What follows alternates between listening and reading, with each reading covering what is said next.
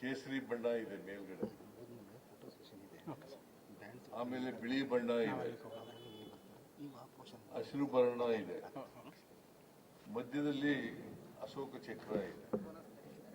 ಇವೆಲ್ಲವೂ ಕೂಡ ದೇಶದ ಸ್ವಾಭಿಮಾನ, ಆರ್ಥಿಕತೆಯನ್ನ ಮತ್ತೆ ಶಾಂತಿ ಸಂದೇಶವನ್ನ ಈ ದೇಶದ ಜನರಿಗೆ ರಾಷ್ಟ್ರಭಕ್ತಿಯನ್ನ ಸಾರ್ತಕ್ಕಂಥ ಧ್ವಜ ಆಗಿದೆ ಅಂತಕ್ಕಂಥ ಮಾತುಗಳನ್ನ ಹೇಳಲಿಕ್ಕೆ ಬಯಸ್ತಾ ಇದ್ದೇನೆ. ಇದು ಕೆಂಪು ಬಣ್ಣ ಇದೆಯಲ್ಲ, ಅದು ಏನ್ ಪ್ರತಿನಿಧಿಸ್ತದೆ ಅಂತಂದ್ರೆ ತ್ಯಾಗದ ಸಂಕೇತ.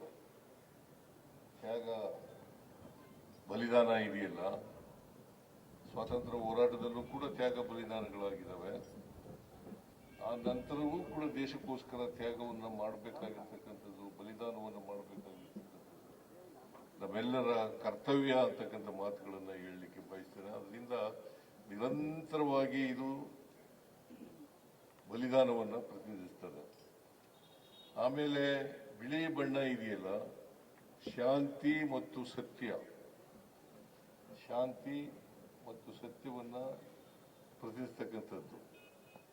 ಆಮೇಲೆ ಹಸಿರು ಬಣ್ಣ ಇದೆಯಲ್ಲ, ಸಮೃದ್ಧಿಯನ್ನ ಪ್ರತಿನಿಧಿಸ್ತಕ್ಕಂಥದ್ದು, ಸಮೃದ್ಧಿಯನ್ನು ಪ್ರತಿನಿಧಿಸ್ತಕ್ಕಂಥದ್ದು. ಅಶೋಕ ಚಕ್ರ ಇದೆಯಲ್ಲ, ಅದು ನಿರಂತರವಾಗಿ ಸಮೃದ್ಧಿಯನ್ನ, ದೇಶದ ಆರ್ಥಿಕತೆಯನ್ನ ಅದನ್ನ ಬೆಳೆಸ್ತಕ್ಕಂಥ, ಎಲ್ಲ ಜನರಿಗೂ ಕೂಡ ಸಮಾನ ಅವಕಾಶಗಳನ್ನ ಕಲ್ಪಿಸ್ಕೊಡ್ತಕ್ಕಂಥ ಸಂಕೇತವಾಗಿ ಅದು ಚಕ್ರ ಇದೆ, ಅಶೋಕ ಚಕ್ರ ಇದೆ.